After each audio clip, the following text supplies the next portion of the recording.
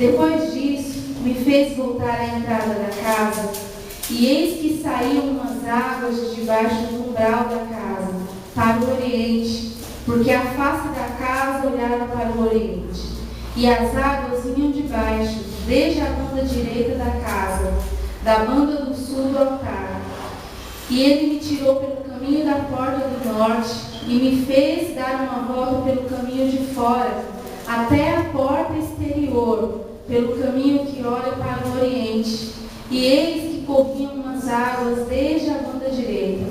Saiu aquele homem para o oriente, tendo na mão um cordel de medir, e mediu 1000 côvados, e me fez passar pelas águas que me davam pelos tornozelos. E mediu mais 1000, e me fez passar pelas águas que me davam pelos joelhos. E mediu mais 1000, e me fez passar pelas águas que me davam pelos lombos.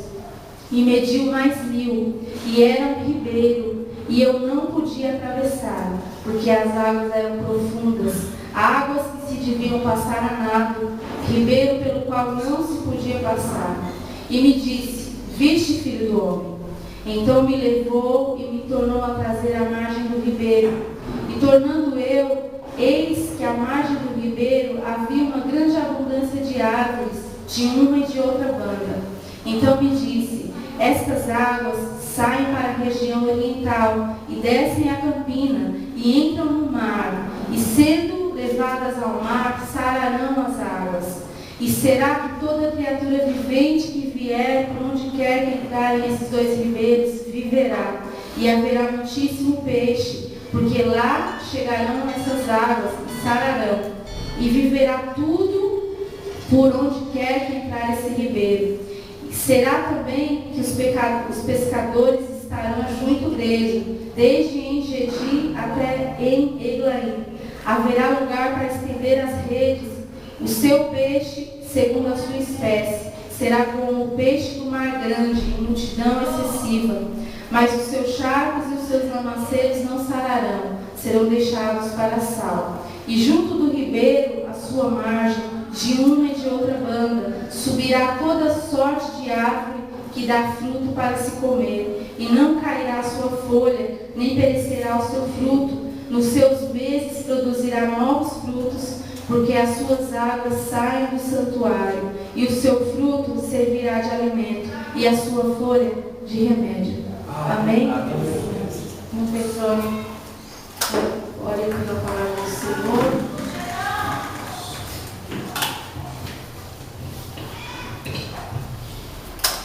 Fechar os olhos.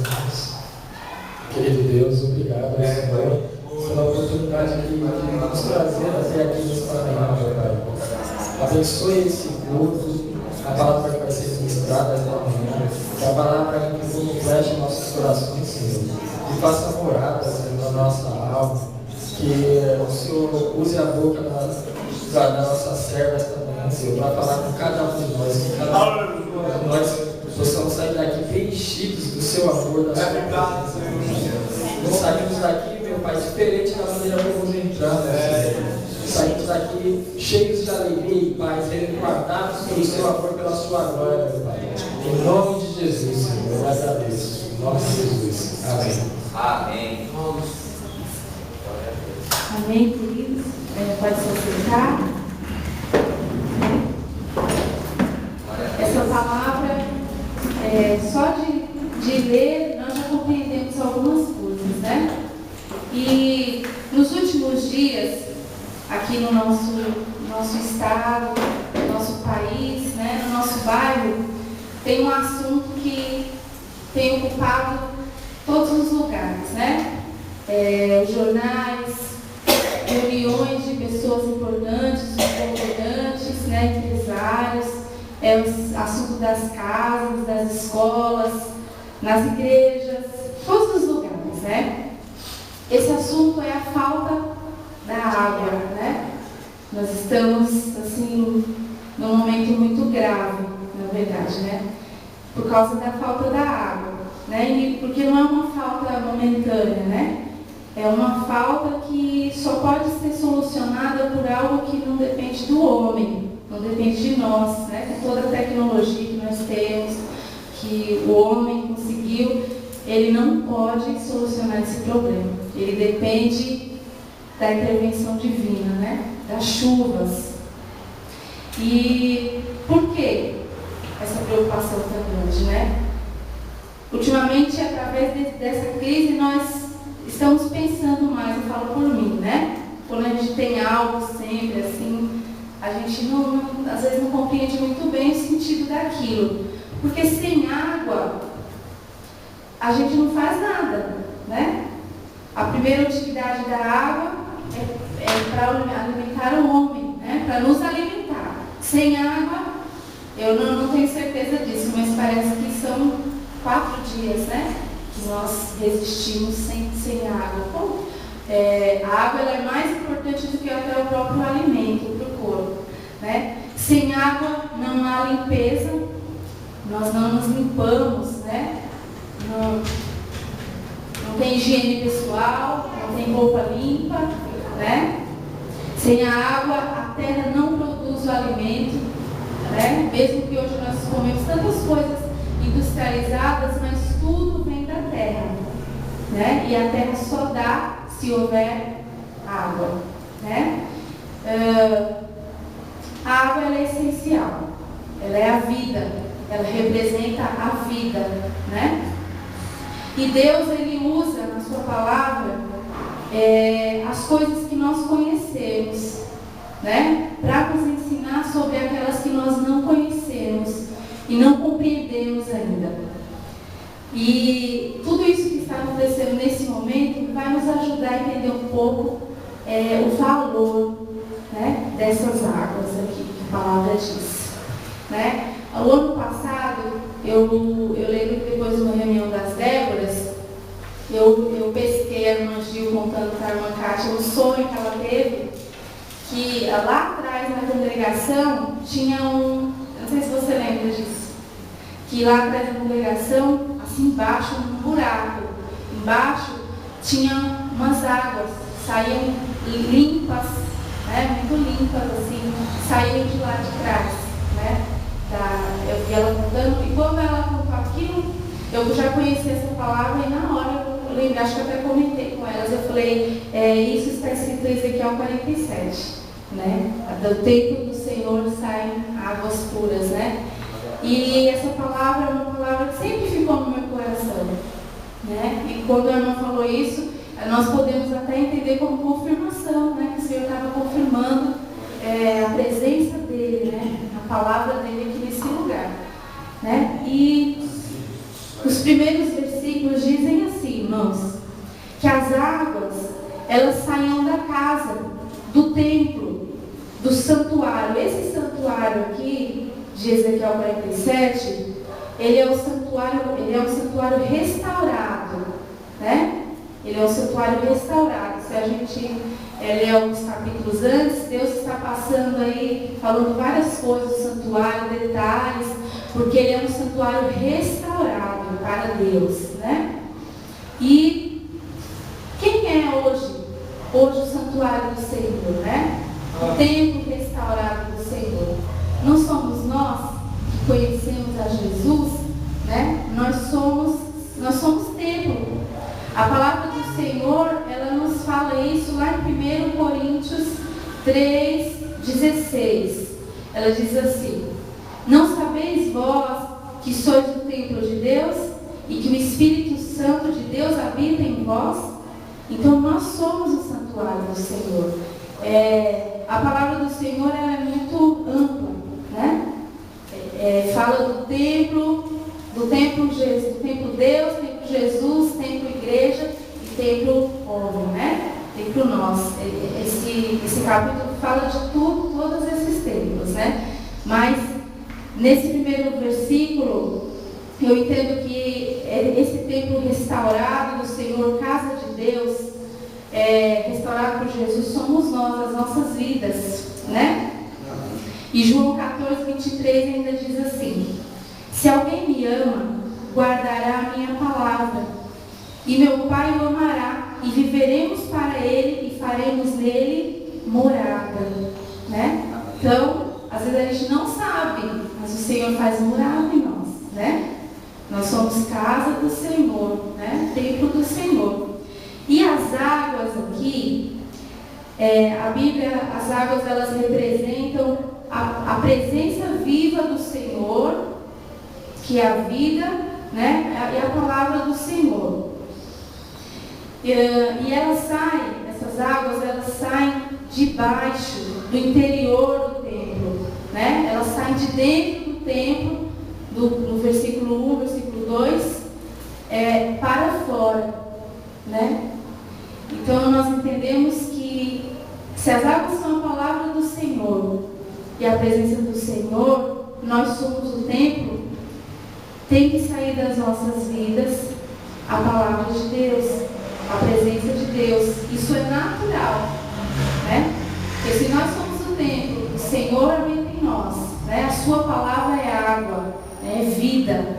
Então ela flui através das nossas vidas. E aquilo que está escrito lá em João 4,14 nos ajuda a entender isso também.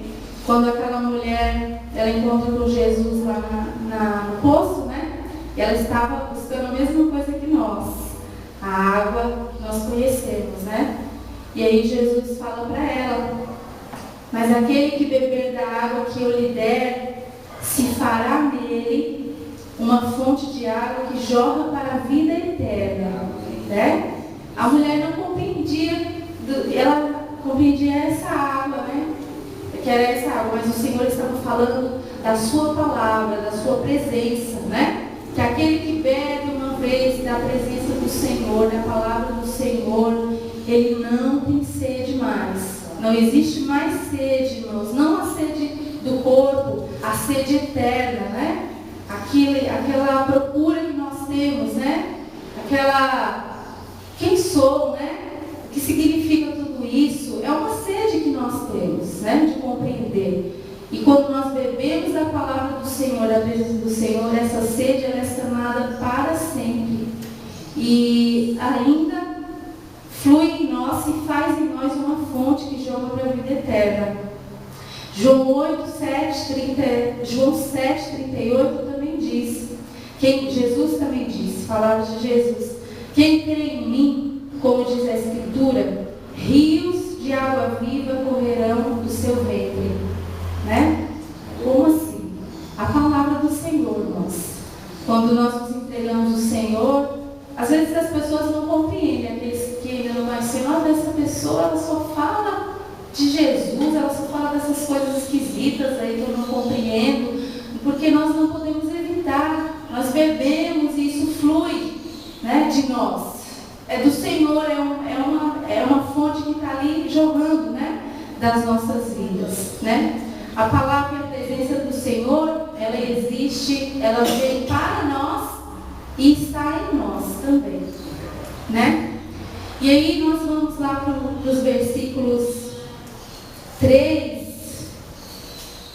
mais ou menos até o versículo 7. E na visão, o homem ele tinha na mão um cordel de medir, né? E ele mediu 4 vezes. Né? Ele levou o profeta do Senhor ali na visão e mediu 4 vezes. E a cada medição havia um nível diferente das águas que saíam do templo, né? Existiam águas, ele levou o profeta do Senhor a águas que davam nos tornozelos, lá embaixo, perto do pé. Mediu mais um pouco, as águas batiam nos joelhos. Mediu e levou mais um pouco, e as águas batiam nos lombos ou na cintura, né? E mediu mais. E aí o profeta diz no verso 5: e mediu mais 1000, e era um ribeiro que eu não podia atravessar, porque as águas eram profundas, águas que se deviam passar a nado, ribeiro pelo qual não se podia passar, né? Então vamos dar uma meditada nesses níveis, né? Águas que dão nos tornozelos, né? Atingem uma pequena parte do corpo, trazem uma suave sensação de limpeza, de descanso, né? Não sei se os irmãos têm a mesma impressão, mas às vezes a gente vai num lugar que a gente não está pronto para entrar na água, mas a gente quer, para ter aquela sensação, a gente quer pelo menos colocar os pés, né? Que já traz uma sensação que você faz parte, né? De você usufruir daquela água, né? E eu meditando, eu acredito que às vezes, irmãos, nós, em relação à palavra do Senhor, à presença do Senhor, nós agimos assim, às vezes, né? Porque esse rio do Senhor, ele flui em nós, mas ele existe, ele não está só em nós, né? Ele vem, lá no livro de Apocalipse, diz que está lá, né? Nos céus existe um rio que flui, né? Um rio de vida, a presença e a palavra do Senhor. E nós somos chamados a participar, a estar, a entrar também nessas águas. E às vezes nós só queremos isso, né? Nós não, a palavra que esse rio ele é de vida, essas águas são boas, mas eu só vou molhar os meus pés, né? Eu só quero ter uma sensação de descanso, de limpeza, né? É isso que eu quero, tá bom para mim, né? Tudo bem. E aí o varão lá, o homem, mediu mais 1000 côvados, né? E levou o profeta a águas que davam pelos joelhos, né? Aqui no joelho. Nesse nível, nos joelhos, as águas refrescam um pouco mais, limpam um pouco mais, é agradável, né? Mas a maior parte do corpo ainda está de fora. Tipo, você também, quem é mais ousado, não molha só os pés, né? Fala, eu vou molhar para mim até os joelhos, né? Vou aproveitar um pouco mais dessas águas. E na presença do Senhor, eu acredito que nós, às vezes, também somos assim. Não, eu preciso de um pouco mais. Eu vou até os meus joelhos com a palavra do Senhor, na palavra do Senhor, na presença do Senhor, né? Até os meus joelhos já é o suficiente para mim. Já vai me limpar, né? Mas a maior parte do nosso corpo, que representa tudo que nós somos, ainda está de fora. E aí, o homem mede mais 1000 côvados. Acho que 1000 côvados é 500 metros, né? Ele mede 500 metros, não é muito, né? 500 metros, para quem dirige, eu não tenho, mas não é muito a distância. Ele mede mais. E aí, as águas, elas dão pelos lombos, pela cintura. Uma pessoa, para estar com a água na cintura, é preciso entrar com disposição, pois a metade do corpo fica submerso, né? Você se comprometeu ali, né? Não vou entrar na água. Quem entra até a cintura foi com o intuito de entrar na água mesmo, né?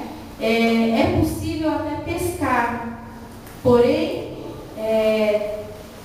ainda existe uma parte do corpo, metade do corpo ainda está seco, né? Você ainda tem o controle, você está na água, mas você tem o controle, né? Você está de pé, eu estou usufruindo da água ali, mas metade do meu corpo ainda está seco e eu tenho controle, né? Eu vi um vídeo na internet, é possível que os irmãos que entendem, a pessoa pode pescar, né? De pé, não é? A pessoa às vezes entra numa água, ela também pode pescar assim, né? Com a mão, né? Os índios parecem que usam aquele negócio. Então, quem está com as águas do Senhor na sua cintura é uma pessoa que se entregou já metade da sua, né? Do que ela é. É possível ela pescar, talvez ela já seja um pescador de homens, como o Senhor disse que nós temos que ser, né? Não, eu sou comprometido com o Senhor. Eu pesco, eu trago vidas para a presença do Senhor, né? Porque você está nas águas do Senhor, na palavra, na presença do Senhor. Mas, às vezes, está só na metade. Às vezes nós nem sabemos isso, irmãos. Mas está só na metade. E aí o profeta diz que foi medido mais 1000 côvados. E ele foi levado a um lugar onde as águas eram profundas. Essas águas profundas, elas só pode se passar a nado. Não é possível você atravessar. Como assim? Eu entendo que atravessar é você atravessar, né? Eu atravesso, eu mesmo, eu domino. Como na água até os tornozelos, até os joelhos, até a cintura, você. É você que atravessa. né? Não é possível atravessar com os pés em terra firme. Para passar essas águas, o profeta nos diz, é preciso nadar, né? Eu não sei nadar, irmãos, mas a gente tem uma impressão de que nadar é uma entrega, né? Quando você nada, você se entrega aquela água que é maior do que você. Já que eu não domino, não dá para uma pessoa entrar numa água profunda de pé, não tem como, né? Ela tem que nadar, então ela tem que se entregar ao ritmo da água. Quem dita são as águas, né? São as águas. E a pessoa que ela nada, que ela se entrega às águas profundas, que são maiores do que ela é completamente, né, lavada. Ela experimenta do poder das águas, o que as águas fazem completamente, né? Limpo, refrigerado, saciado. Quem nada, sente essa sensação, né? É muito bom você se, né, por molhar por inteiro. Nadar ou entregar-se é o melhor. Mas, às vezes, a palavra entrega, a gente tem a ideia de que é algo que você se deixa levar, né? E não é. Nadar exige um grande esforço, né? Uma pessoa, tanto que não são todos que sabem nadar, exige um grande esforço, né? Isso mesmo. Você tem que, né, saber ali como. Mas quem domina é a água, né? Você não tem como. Exige um grande esforço. Sem nadar não é possível experimentar, atravessar as águas profundas, né? Os níveis das águas em comparação ao nosso corpo e domínio podem simbolizar os níveis de entrega humana à palavra e à presença de Deus, né? E eu acredito que o Senhor, Ele tem na sua palavra, no seu reino, na sua presença, muito. Ele tem águas profundas, né? Muito águas profundas, mas não é possível nós experimentarmos se não houver entrega, né? E às vezes nós precisamos entregar e deixar a coisa rolar, mas é ao contrário. Entregar-se ao Senhor, a sua palavra, é se esforçar, né? É se dedicar muito, né? Que aí nós vamos experimentar a plenitude, né? As águas do Senhor, a palavra do Senhor, compreender, né? Receber em nós e ter para os outros, muito. Águas profundas, né? Ninguém sabe o que tem dentro das águas profundas, não é? Não, ali as águas são profundas, né? E eu creio que o Senhor, Ele quer que nós experimentemos as águas profundas, né? Mas quem vai somos nós, as águas, né? Nós escolhemos, Senhor, só os pés, está ótimo para mim, né? Só os pés nos refrescar, está ótimo. Só nos joelhos está bom, Senhor. Na cintura já está de ótimo tamanho. Eu até peço com águas para a cintura, eu até prego, eu trago pessoas para a sua presença. Mas o Senhor quer que nós descobramos o que existe nas águas profundas. O que existe na profundidade da palavra do Senhor, né? Isso é real. Parece assim um pouco, quando a gente escuta às vezes canções que dizem, né, queremos mais de Ti, Senhor, queremos mergulhar. É tão poético, né? Mas isso é real. Depende de nós, né? Depende do nosso nível de entrega ao Senhor, né? O Senhor, às vezes, eu falo para mim, eu não compreendia isso, né? Achava que Deus chegava chegando, mas o Senhor, Ele nos respeita. Existem princípios que o Senhor, Ele não quebra.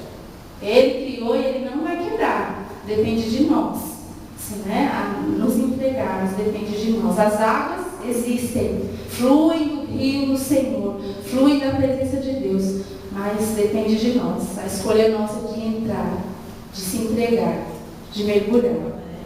Amém? O versículo 7 diz que à margem do ribeiro havia uma grande abundância de árvores, né? Podemos compreender que uma árvore plantada junto de águas, as suas margens, ela é uma árvore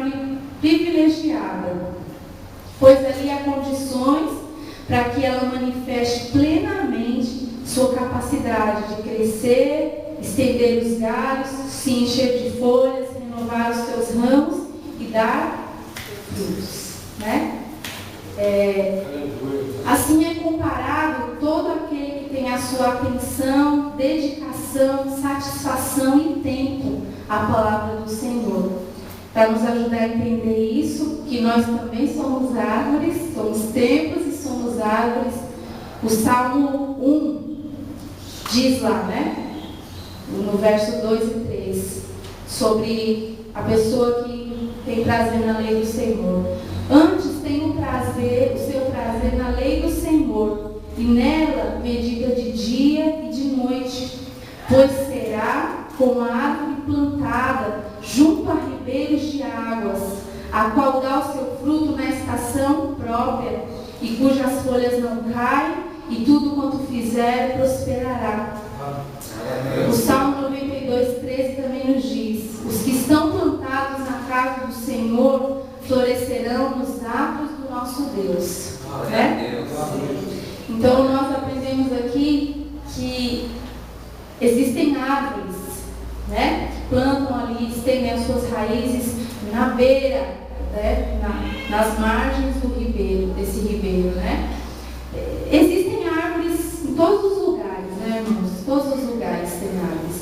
Mas a gente sempre escuta falar, percebe que a árvore que ela fica perto das águas, ali próximo, ela é uma árvore melhor, privilegiada, porque está ali, né? A árvore, ela se alimenta pelas suas raízes, né? A gente não vê, né, ela entrando na água, não é assim, é pelas raízes. Então, as que estão plantadas longe, às vezes se alimentam de águas que estão no solo, quando cai a chuva, né? Mas as que estão plantadas na margem, está ali o alimento dela, né? Então, não há como ela não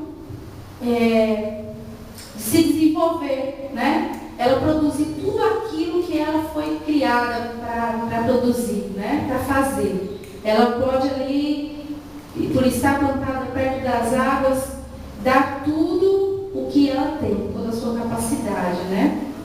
E nós somos assim na presença do Senhor, né? Às vezes é tão difícil saber, né, Senhor, quais são, o que eu posso oferecer, né? O que eu tenho de bom, o que eu realmente posso fazer?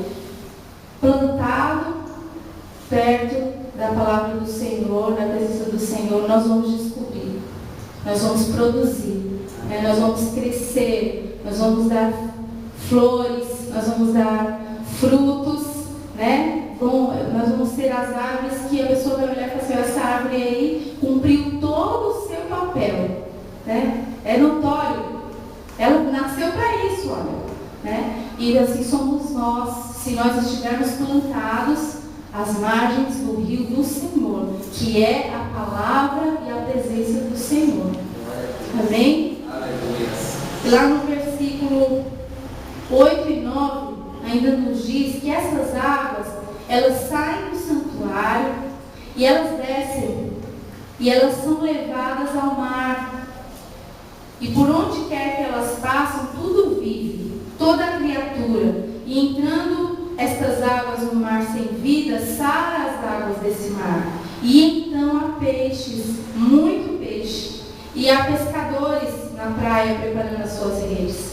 Tudo isso porque as águas que saram chegaram a esse mar. Isso só acontece porque essas águas que saram chegaram a esse mar.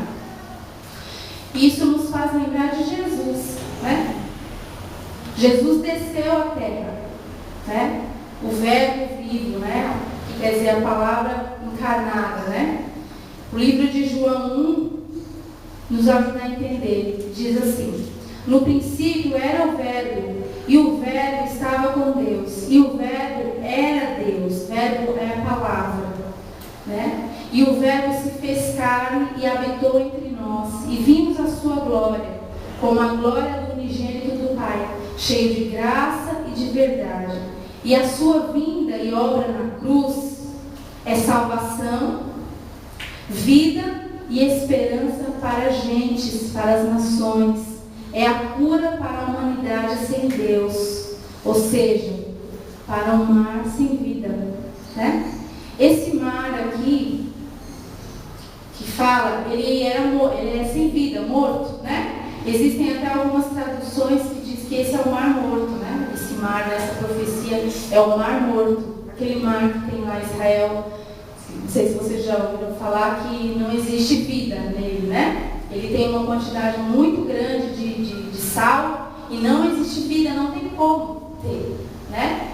E muitos, eu não sei se isso é unânime, essa profecia aqui fala sobre esse mar, né? Eu ouvi esses dias uma pequena parte de um documentário, não sei se todos os que estudam a palavra concordam, né, com isso. E um irmão ele dizia que essa profecia ela está começando a se cumprir, que o mar morto na sua praia estão aparecendo umas pequenas fontes de água doce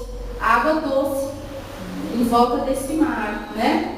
E está até proibido o turismo em alguns lugares porque esses buracos são grandes, né? De repente abre o buraco e começa a fluir uma água, né? E a água não é salgada, na beira do mar morto, cheio de sal. E esse irmão ele diz que o que vai acontecer é isso aqui da profecia, que essas águas doces elas vão tomar conta, elas vão entrar no mar e que essas águas elas vão sarar esse mar, que vai chegar um momento que vai haver vida, que vai haver peixes, que vai haver pescadores, vai ter vida, né? E segundo esse irmão comentava sobre essa profecia, né? Mas aqui o Senhor me fez compreender que o mundo, a humanidade, nós estávamos mortos, né? A humanidade morta nos seus pecados. Não parece que está tudo muito bem, né? Mas eternamente morta nos seus pecados. E Jesus ele vem lá dos céus, né? com essa água pura e viva, né? Ele vem descendo. E a palavra diz que quando ele entra, quando o Senhor chega, ele sara as águas, né? A peixe, a esperança, né? A vida novamente, né? Porque essa água é o próprio Senhor Jesus, né? Eu peguei uma referência aqui de Isaías 57, 20, que diz que, mas os ímpios são como o mar bravo, que se não pode aquietar, e cujas águas lançam de si lama e lodo, né? Então o mundo é morto, irmãos. Não parece, mas é morto, né? Só quando as águas do Senhor elas chegam é que elas saram. A esperança, né, de salvação. Esses versículos dizem que há então abundância de peixe, né? Os peixes também, lá nos evangelhos, simbolizam também o homem, né? Almas, né? E a palavra diz que os pescadores estarão junto ao mar com as suas redes. Jesus nos chama para ser o quê, irmãos? Segundo o livro de Mateus, capítulo 4, 19. E disse-lhes: vinde após mim, e eu vos farei pescadores de homens, né? Então a palavra do Senhor, ela sara o mar, ela sara o mundo, mas nós ainda temos que trazer, nós ainda temos que pescar, né? A esperança à vida, mas nós ainda temos que pescar, trazer estes homens para a presença do Senhor, né? E o versículo 12, o último verso, diz que junto do ribeiro, às suas margens, subirá todo tipo de árvore que dá fruto, não caem as suas folhas, nem perecem o seu fruto. Nos seus meses produz frutos novos, e estes servem de alimento, e a sua folha de remédio, porque as águas saem do santuário. Né? Nós nunca podemos, todo o capítulo nos lembra no final dos acontecimentos, porque as águas saem do santuário. Essas águas é a palavra de Deus, a presença de Deus que produz isso, né? Então nós entendemos a vida que é plantada junto à palavra e à presença do Senhor, ela produz frutos. O que é frutos? O que são frutos, né? Frutos nós podemos entender que E esses frutos, eles são bons, eles são excelentes, eles servem como alimento para outros, né? A árvore produz o fruto, mas não é ela que come, né? É para outro, alguém vai passar, ou alguém vai sempre ali tirar, são para os outros. O fruto, o que ele é? Ele é um alimento. O alimento, ele serve para sustentar, ele serve para revigorar, para manter, dar a vida, né? Se nós também não comermos, também perecemos, né? E como nós vimos no versículo anterior, no 7, né? Nós somos as árvores do Senhor, né? Somos plantação do Senhor, né? Então, esse versículo está falando de nós, irmãos, né? Que a árvore que está plantada perto da palavra do Senhor, ela produz resultados, consequências, são frutos que vão alimentar outros, né?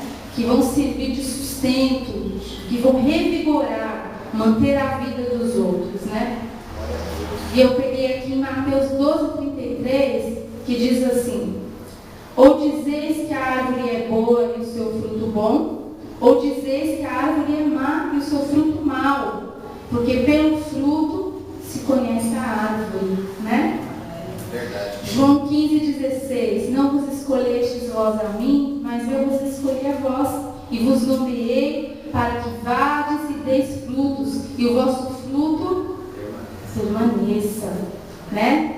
E um dos meus preferidos, Gálatas 5:22, mas o fruto do Espírito é amor, alegria, paz, longanimidade, benignidade, bondade, fé, mansidão e domínio próprio. Se às vezes a gente tem dificuldade, mas como assim? Que tipo de fruto, né? Como assim? O que eu tenho que produzir? Gálatas 5:22, ele nos dá a dica aqui bem clara, né? Dos frutos que nós produzimos e que alimentam a vida de outros, né? Amor, alegria, paz, longanimidade, benignidade, bondade, fé, mansidão e domínio próprio, né? E isso é algo muito sério, irmãos, porque às vezes nós olhamos para a nossa vida e não tem sido esses frutos, né? Que quem está perto de nós tem comido, quando tem fome, né? Ele não acha, às vezes. Significa que nós não estamos, as nossas raízes nós retiramos da palavra do Senhor, né? Esses frutos, eles só dão se as suas raízes estiverem à margem da presença e da palavra do Senhor, né? Aleluia. E esse versículo ainda diz assim: e as suas folhas não caem, mas servem de remédio, né?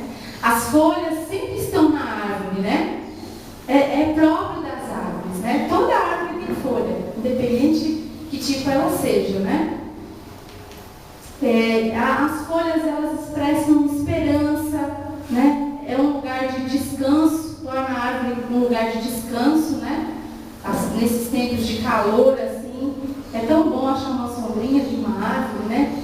É tão gostoso, né? Aquele que está no Senhor, até a sua história, a sua trajetória, as suas lutas, as suas provações, elas servem para curar as dores, o ânimo e as feridas de outros, né? E eu estava meditando nessa palavra a semana inteira. Eu falei: Senhor, é tão difícil, às vezes a gente acha que é fácil, mas é muito difícil compreender. E sexta, o pastor, ele falou essa palavra, e eu estava com dúvida se, eu falei: Deus, o que são folhas, né? E o pastor falou essa palavra. Ele falou assim: irmãos, às vezes a gente não sabe, mas a sua vida, a sua trajetória cura outras pessoas, e você não sabe, né? E naquele momento eu compreendi que o Senhor estava confirmando essa palavra. Às vezes você não entende, você acha que nada está acontecendo, mas a sua trajetória como árvore plantada à margem dos rios do Senhor, firme, se alimentando da palavra, as pessoas, elas passam, olham as folhas, ou ou fica só um pouquinho de baixo e elas são curadas, elas servem de remédio. Ou mesmo quando as folhas são arrancadas, né? As pessoas têm esse costume, né, de fazer chás, né, remédios assim. Não, toma folha de não sei o que é bom, né? É remédio.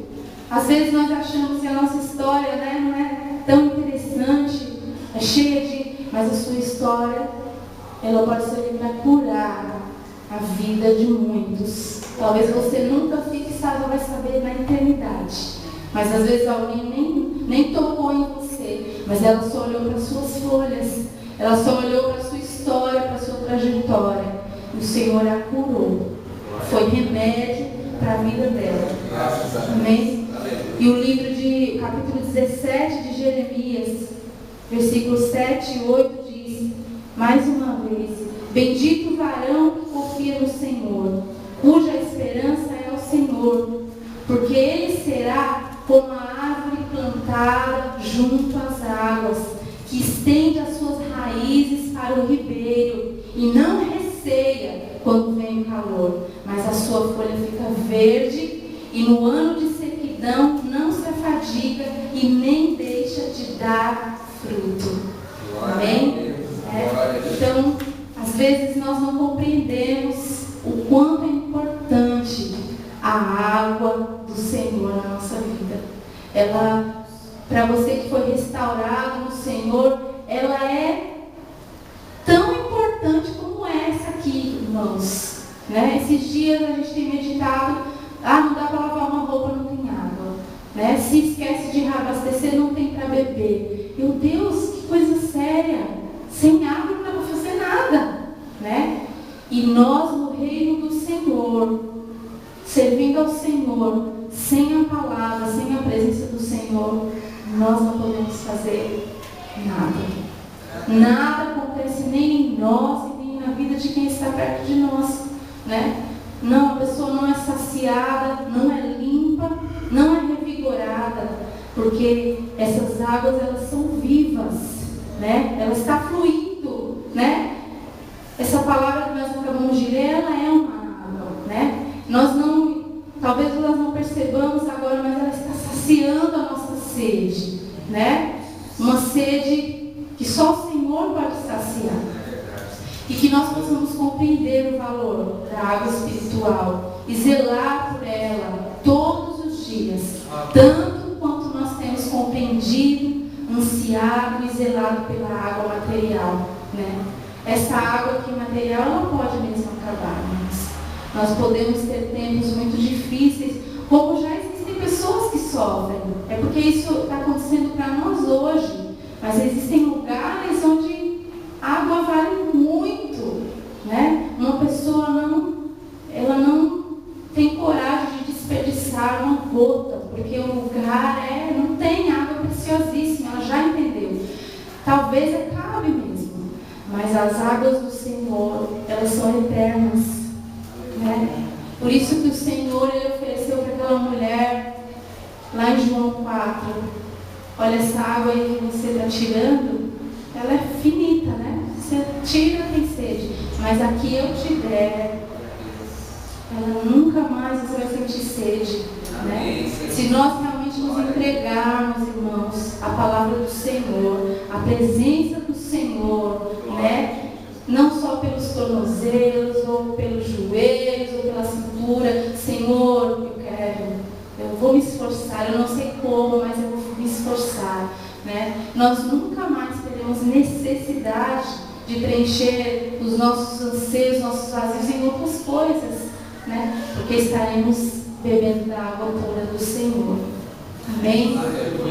E eu gostaria